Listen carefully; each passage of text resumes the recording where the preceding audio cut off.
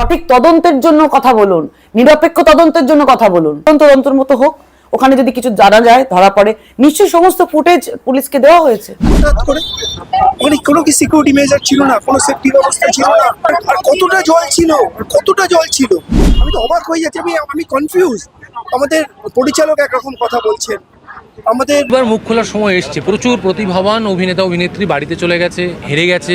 এই রাহুলের এই মৃত্যুতে অনেকগুলো প্রশ্ন, যেরকম ওর মৃত্যু সংক্রান্ত। বাংলার জনপ্রিয় এই অভিনেতা রাহুল অরুণোদয় ব্যানার্জি যেভাবে না ফেরার দেশে পাড়ি দিছে, তার একের পর এক সবাই তথ্য প্রকাশ করতেছে। সবাই বলতেছে এই ঘটনার আমরা কিছুই জানি না। তাহলে সেই দিন সমুদ্রের সৈকতে শুটিং করতে গিয়ে কি হয়েছিল আসলে, কেন সেই ফিল্ম প্রোডাকশন সবকিছু খুলে বলতেছে না। রাহুলের পুরো পরিবার সহ গোটা ইন্ডাস্ট্রি সবার একটাই কথা, রাহুল কিভাবে আমাদের মাঝখান থেকে ছেড়ে চলে গেল। এইটার তো কারণ আছেই। তো প্রিয় দর্শক, ভিডিও শুরুতেই আপনারা কিছু ভিডিওর ক্লিপ দেখেছিলেন যে রাহুলকে নিয়ে কি তথ্য প্রকাশ করতেছে। সরাসরি সেই ভিডিওগুলো স্ক্রিনে দেখাবো। তো চলুন বাড়তি কথা না বলে আমরা সরাসরি ভিডিও স্ক্রিনে চলে যাই। লাস্ট কালকে পরশুদিন শুটিং হয়েছে, আর কালকে শুটিং হয়ে সব প্যাক আপ হবে। তো অ্যারাউন্ড 3:30-তে একটা পার্ট হয়ে গেছে, ওনারা চেক আউট করে গেছেন, মানে রুম থেকে চেক আউট করে লাগেজ নিয়ে বেরিয়ে গিয়ে নিজের গাড়ি কলকাতার জন্য বেরিয়ে গেছেন। এরপরে কি হয়েছে কি, শুটিং 5:30টার সময় শেষ হওয়ার কথা, হয়ে গেছে শুটিং শেষ। আমাকে যারা ওখানে লোকাল ছিল, নৌকাতে যারা মানে বোটিং করাচ্ছিল, ওরা যা বললো কি ওখানে হঠাৎ করে একটু অল্প জল, যেমনি জল আসে অমনি জল এসছে। আর রাহুলদা তখন শুটিং মানে ওই পার্টটা ক্লিপ হয়ে শেষ হয়ে গেছে, মানে যে পার্টে শুটিং করছে শেষ হয়ে গেছে। এবার মজাকে মানে হয় না কি, বিচে এসছি তো চলো একটু আগে যাই, দেখি কি হচ্ছে, চলো একটু জলে যাই। ওই করতে গিয়ে রাহুলদা একটু আগে গেছে শ্বেতাকে নিয়ে, মানে যে হিরোইন ছিলেন ওখানে গিয়ে, জলটা একটু মানে বেশি ছিল। ওখানে গিয়ে আগে শ্বেতা নিচে ড্রাউন হয়, তারপরে রাহুলদা হয়। তো ওখানে আমাদের অলরেডি লাইফ গার্ড ছিলেন, ওরা আগে শ্বেতাকে তোলে গাড়ি মানে বোটের উপরে, তারপরে রাহুলদাকে তোলে। আর যারা বলছে কি না লাইফ গার্ড ছিল না, যদি লাইফ গার্ড না থাকলে এখানে শুটিংয়ে অ্যারাউন্ড 40 থেকে 50 লোক ছিলেন, 10 জন লাফিয়েছিলেন। তো 10 জনের মধ্যে এমনি হতো কি আজকে দীঘাতে যে মানে হসপিটালে আজকে রাহুলদা ছাড়া আমরা আরও 5 জনকে দেখতে পারতাম। মানে সিচুয়েশনটা এমনি খারাপ হয়েছিল কি ওখানে বোট ছিল, লাইফ গার্ড ছিল বলে সবাই বেঁচেছে। আর প্রথমে কে পড়ে যান? প্রথমে নায়িকা শ্বেতা পড়ে যান, তারপর কি রাহুল পড়ে যান? আমি যা শুনেছি ওখানে দুজনেই একসঙ্গে হাঁটছিলেন, আগে নায়িকা পড়েছেন। মানে এবার কী হয়, জলটা তো মানে ওনার হাইটটা শর্ট, তো উনি নিচে পড়েছেন, তারপরে রাহুলদা পড়েছেন নিচের দিকে। আর আমি পরে শুনলাম কি রাহুলদা সুইমিংও জানতো না, আর শ্বেতাও সুইমিং যায় না। তারপর রাহুলকে এবং শ্বেতাকে যেতে অনেকে টিম মেম্বাররা বারণ করছে। হ্যাঁ, আগে বলছিল সবাই, পুরো টিম মেম্বার বলছিল আগে যেও না, জল বেশি আছে, মানে বলছে যেও না, তোমাদের কোমর পর্যন্ত চলে এসছে। ওরা তখন লাফিয়ে গেছে জলে। মানে আজকে যে টিম ক্রিউ মেম্বার ছিল ওর জন্যে কিন্তু শ্বেতা মানে ফেরত চলে এসছে। আর যে ওখানকার যে আমাদের ক্রিউ মেম্বার ছিল, যারা লাইফ গার্ড ছিল, ওদের জন্য শ্বেতা ফেরত এসছে, না তো যে অবস্থা ছিল ওখান আজকে 5 থেকে 6 জন ডাউন হয়ে যেত। আপনি বলছিলেন যে এর আগেও একাধিক সিনেমার শুটিং এখানে হয়েছে এবং কলাকুচিরা আপনার এই হোটেলেই এসে উঠতো এবং রাহুলের সঙ্গে আপনার পার্সোনালিও সম্পর্ক ছিল, ফোন করতো বা মেসেজ করতো। এবং এর আগে যে শুটিংগুলো হয়েছে ওটা কি একই স্পটে শুটিং হয়েছে নাকি না অন্য স্পটে শুটিংগুলো হতো? সেম স্পটে শুটিং হয়েছে। আর রাহুলদাকে আজ থেকে না, আমি শুরু থেকে রাহুলদাই বলি, আজকে তো সিনেমার জন্য এসছেন এখানে, পর এখানে পার্সোনাল বুক করেও এসছেন, মানে পার্সোনাল বুক করেও দাদা এখানে থেকে গেছে। আর দাদা কি খাবেন না আমাকে পার্সোনালি ফোন করে, ভাই এইটা আজকে বানিয়ে দিবি, এইটা বানা ভাই। আর এর আগে এখানে কমসে কম আমি 20 থেকে 25টা সিনেমা সিরিয়ালের শুটিং অলরেডি তালসারিতে হয়েছে, লোকে পছন্দ করেছে বলেই এতগুলো সিনেমা সিরিয়াল শুটিং হয়েছে। আমি কি চাইছিলাম কি এখানকার প্রমোট হোক একটু, মানে সিনেমা হোক সিরিয়াল হোক, প্রমোট হলে কী হবে, লোকাল এমপ্লয়মেন্ট একটু বাড়বে, দোকানের জিনিস কেনা হবে, হোটেলগুলো একটু হবে, সেম থিং। আর যেহেতু সি বিচে শুটিং হচ্ছে, এটা এই যে পোর্শনটা তালসারি সি বিচের যে এলাকাটা দাঁড়িয়ে রয়েছে, হোটেলটা যেখানে শুটিং হচ্ছিল, এটা তো উড়িষ্যা পুলিশের আন্ডারে। ফলে একটা কি পুলিশের তরফে পারমিশন নেওয়া হয়েছিল বা এটা কি দরকার? আপনি তো এর আগেও একাধিক শুটিং করেছেন, সেক্ষেত্রে কি পুলিশের পারমিশন নিয়েছিলেন? না, আমি তো করিনি। মানে ওটা কি নেওয়ার দরকার হয়? না, নো আইডিয়া। আর যেখানটা শুটিং হচ্ছিল ওখানটা কি সমুদ্র ছিল না ওখানটা নদী? জাস্ট একটা ক্যানেল, মানে আপনি যখন যাবেন তালসারি বিচ তো সমুদ্র ওইদিকে মাছ সমুদ্রে নেমেছিলেন এবং নামার পরে 2-3 ঘন্টা মতো সেখান থেকে মানে তাকে আর দেখতে পাওয়া যাচ্ছিল না। হঠাৎ করে তারপরে মানে খবর আসলো যে উনি আর মানে তাকে এবার খোঁজাখুঁজি শুরু হলো তখন। তারপর তাকে খুঁজে পাওয়া গেল না। আমি যেটা জানতে চাইছি যে আপনারা সবাই কি ওই দিকটা গিয়েছিলেন সেই সময়? আমরা এখানে আর কি মানে ঘোরাঘুরি করছিলাম। এটা হয়েছিল আমরা ছিলাম ওই জায়গাটায়, ওই মুখটাই ছিলাম অটো স্ট্যান্ডের ওখানে। তারপরে কিছুক্ষণ পরে এসে দেখছি যে মানে মানে এখানে সব লোকজন জড়ো হয়ে গেছে, প্রচুর লোক এখানে জড়ো হয়ে গেছে। আর সব মানে বলছে এরকম সিনেমার যে হিরো আছে রাহুল যা নাম আছে, মানে ওখানে এরকম ঘটনা ঘটলো। আমরা যখন এখানে আছি তখন একটা গ্যাদারিং মতো হয়ে যায়, একটা চারিদিক থেকে যে একজন মানে অভিনেতা রাহুল একজন সবাই পরিচিতি মুখ, তো সবাই জানি যে ওখানে একজন আছে পরিচিতি মুখ। হঠাৎ করে দেখি সবাই একটা চেঁচামেচি একটা হট্টগোল মতো হয়ে গেছে। কখন কোন আমরা যখন কালকে যখন ছিলাম আনুমানিক কখন ওই না একটু মানে বিকেল মতো হবে, আমরা এক্সাক্ট টাইমটা বলতে পারবো না। তো ওখানে যখন গ্যাদারিং মতো হয়ে যায় আমরা এবার এখান থেকে বলছি কি মানে কি হলো আমরা ভাবলাম যে কেউ কোনো আনন্দ করছে হয়তো। তারপর কিছুক্ষণ পর এখান থেকে যারা বোট চালায় ওরা বলছে যে ওখানে একজন শুটিং করতে এসেছিল, তিনি চান করছে কিন্তু তাকে এখন খুঁজে পাওয়া যাচ্ছে না। তো ওই আর কি, ওটা মোটামুটি একটা টাইম মানে গেল। তারপর ওনাকে ওনার উদ্ধারকারীরা উদ্ধার করলেন, এই পর্যন্তই আমরা দেখেছি।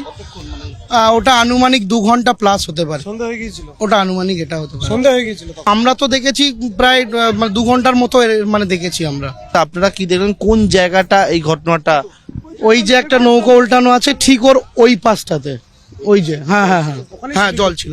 ওখানেই শুটিং করছিল, যত সম্ভবত চোরাবালিতে পড়েছিল, তার জন্য এই ঘটনা ঘটলো। বিকেল বেলার দিকে অভিনেতা ওখানে বসেছিলেন, বসে বেশ গল্প করছিলেন, লোকজন ছিলেন। দুপুরের দিকে তারপরে বিকালের দিকে একটা হট্টগোল দেখি। মানে আমরা কি গুণী শিল্পীকে হারালাম আমরা ভাবতেই পারছি না। ও সব একাধারে সিনেমা একাধারে সিরিয়াল সবকিছুতেই ওর যে অবদান আমরা কখনো ভুলবো না। ওর মধ্যে গুণী শিল্পী, ওর লেখনী, ওর আমি কিছুদিন আগে পডকাস্ট ইন্টারভিউ গুলো দেখছিলাম পাচ্ছে বসে। কিন্তু কি করে হলো, মানে এত বড় কি করে সম্ভব হলো হঠাৎ করে? মানে কোনো কি সিকিউরিটি মেজার ছিল না, কোনো সেফটি ব্যবস্থা ছিল না, আর কতটা জল ছিল আমি তো অবাক হয়ে যাচ্ছি। আমি কনফিউজ। আমাদের পরিচালক একরকম কথা বলছেন, আমাদের ম্যানেজার একরকম কথা বলছেন, ওখানে শিল্পী হাউ করে কাঁদছেন, নিজেকে সামলাতে পারছেন না। How it is possible? কিভাবে হলো এত বড় একটা দুর্ঘটনা? মানে কোনো সেফটি মেজার ছিল না। মানে পুলিশকেও জানানো হয়নি যেখানে শুটিং হচ্ছে। হ্যাঁ, আমি আজকে সকালে একটা আমাদের সেই চ্যানেলে দেখছিলাম, তারা বলছে যে কোনো রকম পারমিশন ছাড়া, এটা পারমিশন ছাড়া শুটিং হয় কি করে? How it is possible? হয়ে গেছে মানে অনেকক্ষণ নিশ্চয়ই কেউ আপনাদের বলছেন যে ওখানে নাকি ওরা অনেকক্ষণ বেঁচে ছিল, ও দম নিচ্ছিল, আজির তলে ফুসফুসাতে জল আসলো, মানে বিভিন্ন ধরনের অনেক কথা। এটা একদম নিরপেক্ষ তদন্ত হওয়া উচিত, শুধু একটা শিল্পীর জন্য না, ভবিষ্যতে যেন আর এরকম কিছু না দুর্ঘটনা ঘটে, কোনো ধরনের যেন দুর্ঘটনা না ঘটে। আমার মধ্যে এরকম কোনো শিল্পী, আমার একটা টেকনিশিয়ানের যদি ক্ষতি হতো কে তার দায় দিত?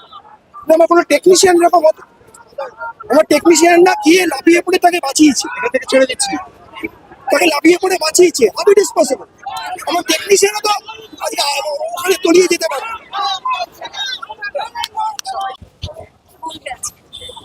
কি বলবো, কিছু বলার নেই। আমি কাল থেকে কোনো বলার ভাষা হারিয়ে ফেলেছি, বলার নেই। অনেক রকম মতামত শুনতে পাচ্ছি, অনেকে অনেক রকম কথা বলছে, কোনটা ঠিক কোনটা বেঠিক কিছুই তো বোঝা যাচ্ছে না। কিন্তু পোস্টমর্টমের রিপোর্ট এসছে, যে রিপোর্টে দেখা যাচ্ছে, আমরা প্রত্যেকেই জানি এবং জল পাওয়া গেছে, এখন কিছু বোঝা যাচ্ছে না মানে কি করে কি হলো। তার লাস্ট ফুটেজ পুলিশের কাছে এসছে, আমরা চাই তার ঠিক মতন তদন্ত হয়ে আসল কারণটা কি সেটা বেরিয়ে আসুক। সমুদ্রে শুটিং করা তথ্য পাওয়া যাচ্ছে না, অনেক সময় কি হয়, আমরা পারমিশন ছাড়াও অনেক কাজ করি, যে কাজগুলো আমাদের যাচ্ছি যেতে যেতে কোনো একটা এখানে মনে হয় এখানে পারমিশন নেই কিন্তু শুট করা যায়, হয়তো 1 মিনিটের শট সেরকম করে নিই।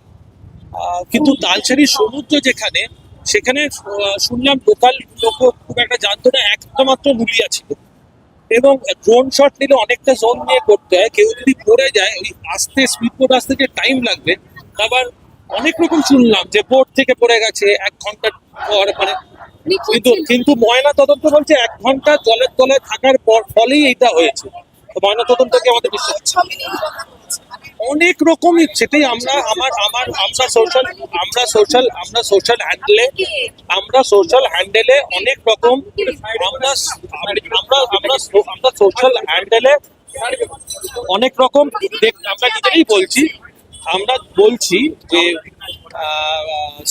সোশ্যাল হ্যান্ডেলে আমরা এই প্রশ্নটা তুলেছি। আর্টিস্ট ফোরামকে ট্যাগ করে বলা হয়েছে যে আমরা এটার প্রপার একটা তদন্ত চাই, এবং সেটা আমি না, টুম্পা মানে সুদীপ্তা থেকে আরম্ভ করে রূপাঞ্জনা থেকে আরম্ভ করে আমরা যারা ওর সাথে বহু বছর কাজ করেছি, আমাদের অ্যাসোসিয়েশন তো আজকের না, প্রায় 20 বছরের উপর অ্যাসোসিয়েশন। তো আমরা আগামী দিনে যেন কোনোদিনও ইনসিকিউরিটির অভাবে কোনো আর্টিস্ট না তার প্রাণ ত্যাগ করে, সেটার দিকে আমাদের অন্তত এবার একটুখানি স্ট্রিক্টলি নজর দেওয়া দরকার। কিন্তু ডেফিনেটলি ক্ষতি। রাহুল আমাদের ইন্ডাস্ট্রির এই প্রজন্মের যারা শিক্ষিত শিল্পী যদি বলা হয়, সেটা রাহুল অরুণোদয় ছিল, এবং ও যথেষ্ট পড়াশোনা করে অভিনয়টা করতো, এবং সেইটা আমাদের ইন্ডাস্ট্রির খুব দরকার। শিক্ষিত মানুষ যদি ইন্ডাস্ট্রিতে না আসে, ইন্ডাস্ট্রির কোনো প্রসার হয় না। আগেকার দিনে যদি আপনি শিল্পীদের দেখেন, রবি ঘোষ ছিলেন, উৎপল দত্ত ছিলেন, তারা যে মাপের পড়াশোনা নিয়ে করে ইন্ডাস্ট্রিতে এসেছিলেন, রাহুল আমি তাদের সঙ্গে তুলনা করতে পারি। সৌমিত্র চ্যাটার্জি ছিলেন। এইটা একটা লস, এবং এই শিক্ষিত শিল্পীরা যদি ইন্ডাস্ট্রিতে না আসে, ইন্ডাস্ট্রি বড় হবে না।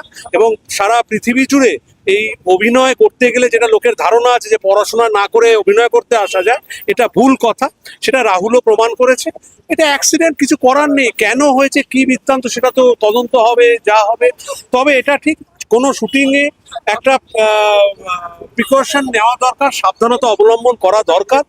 আমাদের তো জীবনে কোনো মূল্য নেই, আমরা অভিনয় করবো, এইভাবে চলে যাব।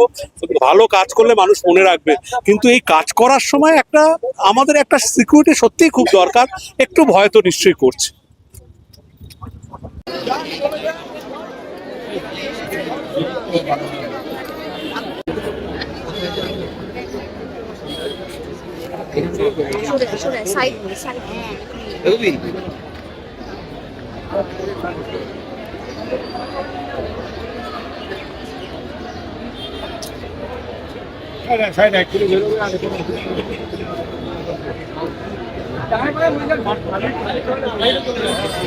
দর্শক, এতক্ষণ থেকে পুরো ভিডিওটি প্রথম থেকে শেষ পর্যন্ত দেখার জন্য আপনাদেরকে অসংখ্য ধন্যবাদ। পুরো ভিডিওতে দেখতেই পেলেন জনপ্রিয় এই অভিনেতা রাহুল অরুণোদয় ব্যানার্জি তার না ফেরার দেশে চলে যাওয়াটা গোটা ইন্ডাস্ট্রি এখনো দুঃখ প্রকাশ করতেছে। ইতিমধ্যে সেই টেলিভিশনকে তো সবাই বয়কট করে দিয়েছে, সেইটা সবাই জানেন। বদ্ধ হয়ে গেল ভোলে বাবা পার কারেগা সেই ওয়েব সিরিজটি।